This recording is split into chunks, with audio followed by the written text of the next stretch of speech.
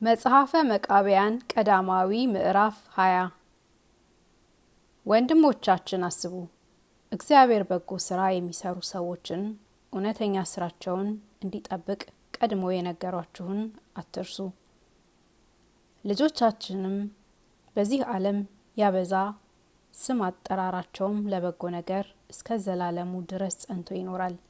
ልጃቸውም በዚህ ዓለም እህልን አይቸገርም፣ ስለ እነርሳቸው ይከራከርላቸዋልና በጠላቶቻቸውም እጅ አይጥላቸውምና ከሚጠሏቸው ከጠላቶቻቸው እጅ ያድናቸዋል።